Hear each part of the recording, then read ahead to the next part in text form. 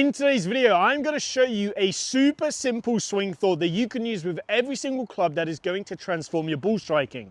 How do I know this? I used this myself when I was playing Division I college golf in America and in my Tour Pro days. I think we can all agree that a good impact position will have some amount of shaft lean. Everybody is pretty much in agreement with that. Now, here's the tricky thing is, first of all, shaft lean depends on A, the club that we're using. We have different amounts.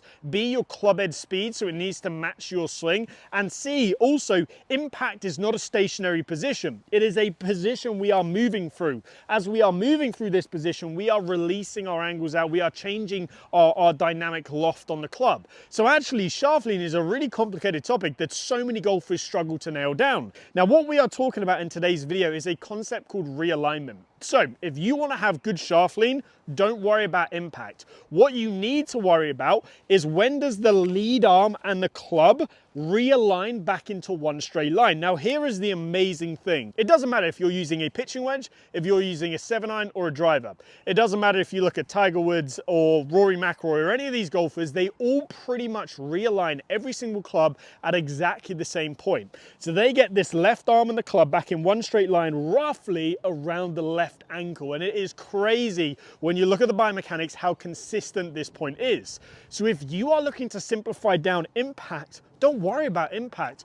Focus on when the lead arm and the club want to get back into one straight line. If you do that, and I go from this position now back to the ball, you can see it automatically gives me the correct amount of shaft lean. Now, I've got a 58-degree wedge here. If I do the same thing, so I get the left arm and the club back into one straight line at the left ankle, and then from there I bring it back to the golf ball, there's a perfect amount of shaft lean right there. And now I've got a 3-wood here. Again, let me set up to the golf ball. Let me get the left arm and the club back in one straight line at roughly the left ankle. Bring it back to impact, and you can see right there a good healthy amount of shaft lean, nothing too excessive. Now, the two most common issues that I see when it comes to people getting this wrong is, number one, the most common one is they realign the left arm and the club way too early. They actually do it before the golf ball.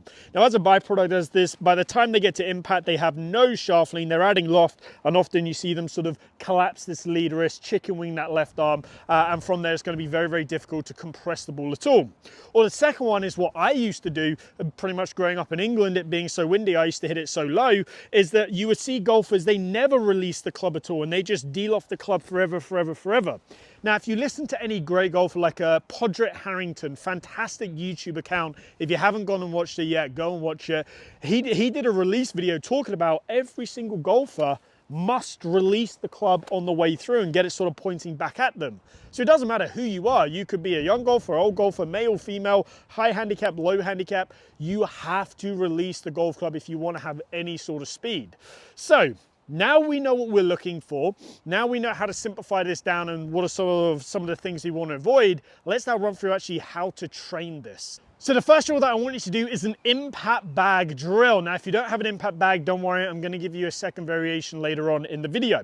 So what you're going to do is you're going to set up just inside your golf ball, and you're going to position this impact bag so it's right in line with your left ankle right here. Now, we're going to do some full swings, but we're going to go nice and slow. And what we're looking to do here is we're looking to make contact with the ground just past the golf ball. And then by the time we get to the impact bag, we want to freeze here and we want to see the lead arm and the club in one straight line. So if we do this a couple times, nice and slow, and you can see I'm getting that lead arm and the club back in line. Now, what I can actually feel is the club actively releasing.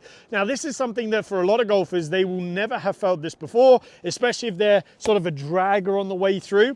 And if you're somebody who gets into a position to where you cast it, you're going to find it really difficult to get the hands and the left arm to hit the impact bag at the same time. So this is why slowing it down to start with is going to be fantastic, because it's going to train you what it feels like to get into this good position. Now, a massive, massive, massive key, especially if you are the golfer who struggles with early releasing, is focusing on your left wrist as you hit that impact bag. Watch this. Imagine I had a glove on right here. Where is the logo on the back of my glove right there? Pointing. It is pointing straight down towards the target. If you are a golfer who is in a position to where you are casting or throwing, aka you realign the club back in one straight line, and then you come into this position, what you will see is that glove is pointing up and to the left. So get used to that sensation of learning what it feels like to get this lead wrist back into this flat position. If you do that, that's going to help you take control of your left wrist in the downswing. The second variation is, imagine we are indoors right now. What I want you to do is, rather than have an impact bag, so this is if you don't have an impact bag, is go up to maybe the edge of your sofa, put a couple of pillows down and grab an alignment stick, and imagine it's sort of one of your clubs. So if I grip it sort of the same length, this is my 7-iron right here, so you can see I'm going to grip this alignment stick the same length as my 7-iron, and I'm going to do some swings. Again, the edge of my sofa where the pillow is going to be right off the lead ankle, and I'm just going to make some swings again where I get into this good position. I freeze there, I'm focusing on having my lead wrist point down towards the target, and that's going to get me into a great impact position right here. Now the second drill I want you to go through is an alignment stick drill down the side of the club. Now this is a drill that is very, very popular. A lot of golf coaches actually get players to do this where they don't hit themselves in the side. Again, I'll run through why they do that in a second, but if we were actually to train the proper mechanics of a good impact position, what should it look like, and then what should the realignment position look like? Well, what we would see at impact right here is that yes, this wouldn't be touching my left side. You can see it's pointing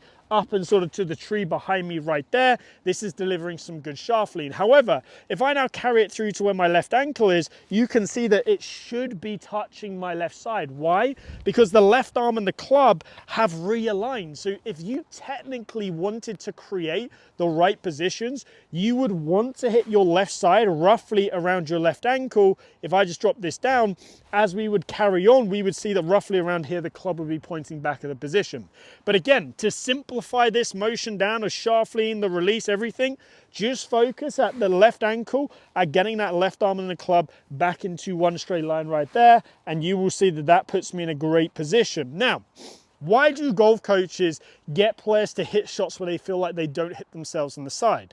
It's because that golfer is more than likely going to be casting their angles out. So by exaggerating them beyond the point that we actually want them, we can sort of find that middle ground where you would be, in theory, realigning the left arm and the club at the left ankle. So if you are that golfer that realigns too early, you can see I've hit myself in the side. So for you, as an exaggeration, you might want to go and feel like you really hold that off in order to not hit yourself in the side. That's why a golf coach would give you this drill, when in reality, we do want to hit ourselves in the side, and it would roughly be around the left ankle position. So once you've done that, then it's time to actually start to hit some goal shots. Again, your focus is right. I'm trying to get that left arm and the club to realign at the left ankle, not before the ball and not way off over here. You want it to realign at the left ankle. This is going to give you the best chance of having the correct amount of shaft lean at impact. Let me show you what that looks like right here, and hopefully we can get that left arm and the club realigning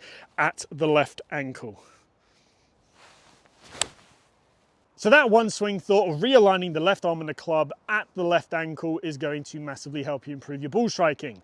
Now, if you need more one-to-one help with your game or for online coaching on the Skillist platform, please check out the link down below. If you have enjoyed today's video, please give it a like and subscribe, and I hope to see you back here soon.